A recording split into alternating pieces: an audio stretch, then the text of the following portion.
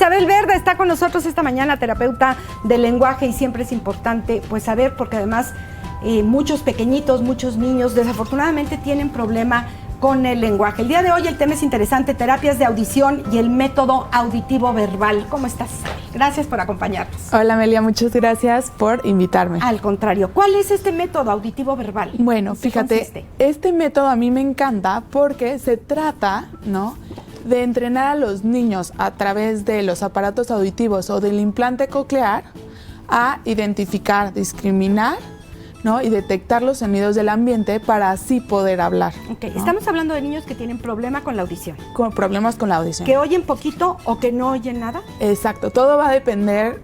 Si oye poquito, bueno, vamos a tener un aparato auditivo, y si casi no oímos, vamos a tener un implante coclear. ¿Esto puede ser desde el nacimiento, que el niño no oye? Desde el nacimiento. Por eso es muy importante, siempre en el hospital te van a ofrecer un tamiz auditivo y sí realizarlo. Okay. Ahí te pueden decir si oye bien, regular, mal o si no oye. Exacto. Y bueno, y claro, también puede pasar que con los niños que escuchan poquito, ¿no?, a lo mejor no nos va a salir en el tamiz, pero sí estarlos checando así como vamos al doctor, ¿no?, ir checando la audición.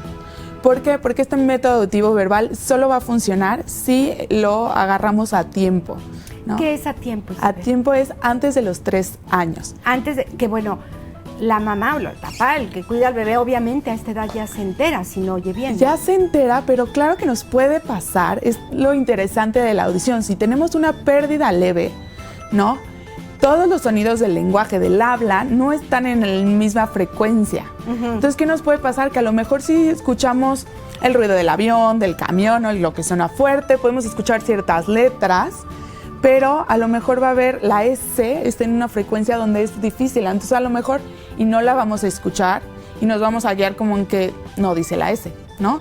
Pero sí podría llegar a ser un problema auditivo, ¿no? No tanto de que no la logre producir. O sea, no la puede pronunciar, O sea, a lo mejor por otro tipo de problema, pero no porque no oiga el sonido. O no, sí, puede ser también porque no lo escuche, ¿no? Okay. Incluso yo como terapeuta, cuando me llegan los niños, sí mando siempre a hacer una prueba de audición, ¿no? Entonces sí puede llegar a pasar que llegamos a los 3 años y no nos hemos dado cuenta que tiene una pérdida leve. ¿Y qué puede pasar también? Que llegamos a los 3 años y no tenemos ni aparato auditivo ni implante coclear. Y se complica la historia. Y se complica la historia muchísimo. O sea, la diferencia va a ser notoria entre un niño que sí fue reconocido como que no oía o no oía bien antes de los 3 años y uno que no. Exacto. ¿Por qué? Porque nosotros como seres humanos empezamos a escuchar desde las 20 semanas de gestación. O sea, desde la panza ya estamos escuchando. Entonces, cuando naces, ¿no?, ya tienes un megaproceso. Y claro, vamos a empezar a distinguir entre la voz de la mamá, entre la voz del papá, ¿no?, entre un idioma y otro. Vamos a empezar a trabajar esta audición para llegar al año y empezar a hablar. Pero entonces, todo este tiempo que ya tuvimos, si a los 3 años apenas estoy empezando a escuchar, pues tenemos un retraso de 3 años, que es un retraso que vamos a tener que cerrar, pero pues no va a ser tan rápido. Ahora, llegan a tu consultorio niños, lo ideal sería ¿a qué edad? Niños que ya saben que no oyen. Lo ideal sería al año. Al año. Entre más temprano, mejor van a hablar y más rápido va a ser el proceso. ¿Cómo le enseñas a hablar a un niño que no oye? Exacto. Entonces, lo que tenemos que hacer es primero siempre poner un aparato auditivo o el implante coclear. Eso sí va a depender, pues, el grado de pérdida. Y eso sí va a ser el otorrino el que lo va a decidir. ¿Y el implante coclear se queda, se pone, digamos, dentro del oído y ahí se va a quedar? Y ahí se va a quedar. Ese sí va conectado, sí, es con cirugía, porque ese sí manda ondas directas, ¿no?, a los nervios auditivos. Entonces, ese sí es con cirugía. El aparato sí se va a quitar y se va a poner. Incluso en este método, a mí lo que me encanta es que el niño va a ser el responsable, ¿no?, de su aparato, de cuidarlo.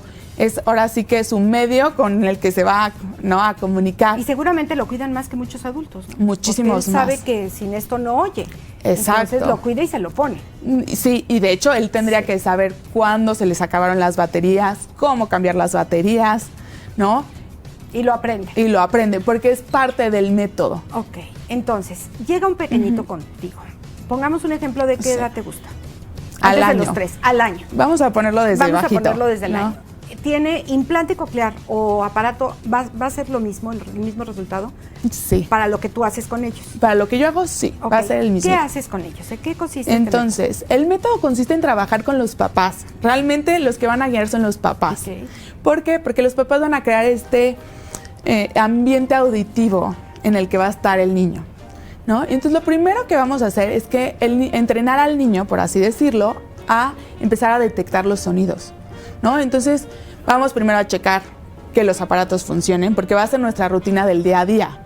Porque como todo aparato, como si fuera la computadora o como si es el celular, puede llegar a fallar, ¿no? Y entonces yo no voy a estimular si está apagado, si no No funciona, sirves como ¿no? si no lo trajera. Entonces esto lo voy a hacer todos los días y yo le voy a enseñar al papá a hacerlo todos los días y el papá se lo va a enseñar al hijo a hacerlo todos los días, ¿no? Una vez que ya tenemos, vamos con 6 sonidos, ¿no?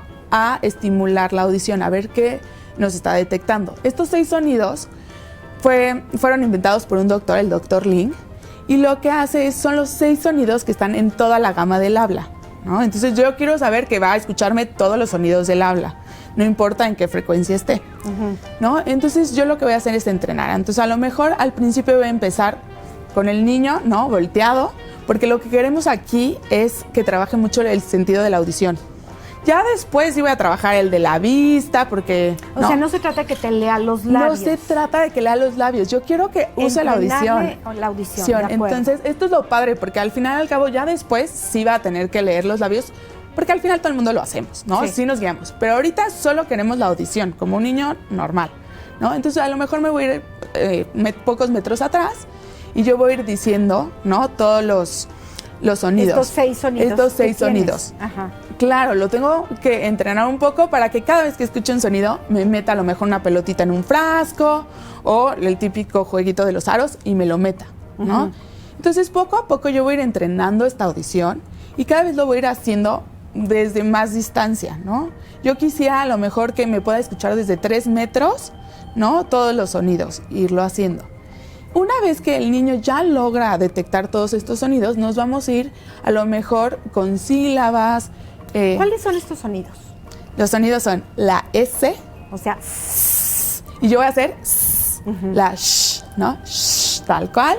La la M, la A, la I y la U. Incluso se hace un poco como juego, ¿no? Vamos a tener estas imágenes de la I, a lo mejor un ratoncito, porque al principio es nada más que lo detecte, luego que ya lo identifique, ¿no? Y entonces si yo digo I, va a ir a lo mejor a agarrar el papelito del ratoncito, ¿no? Okay. O la S de la serpiente, ¿no? Sí. O sea, aquí vamos jugando un poco. Con estos 6 sonidos podríamos decir que ya va a escuchar todos los demás sonidos. Todos los sonidos del habla. Componen todos. Exacto. ¿No? Es nuestra... Un buen descubrimiento, ¿no? Exacto. Claro. La verdad es que sí. Y súper sencillo en realidad, sí. ¿No? Claro, esto toma tiempo, ¿no? Y va a ir mejorando poco a poco. No a la primera vez no que a la primera. Ya el niño yo. Y a lo mejor en la primera vez hasta me voy a ir con un golpe, ¿no? El típico, porque el típico cerrar la puerta o un tambor. Y luego ya me voy a meter a los sonidos y ya después a las palabras. Pero este entrenamiento de los 6 sonidos sí se va a hacer todos los días. Por eso es súper importante que los papás lo sepan hacer. Y el compromiso que tienen los papás con estos pequeñitos. Es porque además lo que está padre de este método, lo que quiere el método es que podamos integrar a los niños en escuelas regulares y podamos hacer una vida normal, ¿no? Entre comillas. Que muchísimos lo han logrado. Lo han logrado, ¿no? Pero creo que también es un método que se conoce poco, ¿no? En general, no sé, yo antes de la carrera que estudié, te ibas a audición y a lo mejor decías, bueno, le ponen el aparato y ya, ¿no? Escucha y ya no tienes que hacer nada y magia. ¿Qué estudiaste? Yo, comunicación humana, en la Ciudad de México, en la UTLA, ¿no? La verdad es que hay pocas carreras con estos enfoques, ¿no? Pero sí ¿Y cómo te vuelves terapeuta del lenguaje?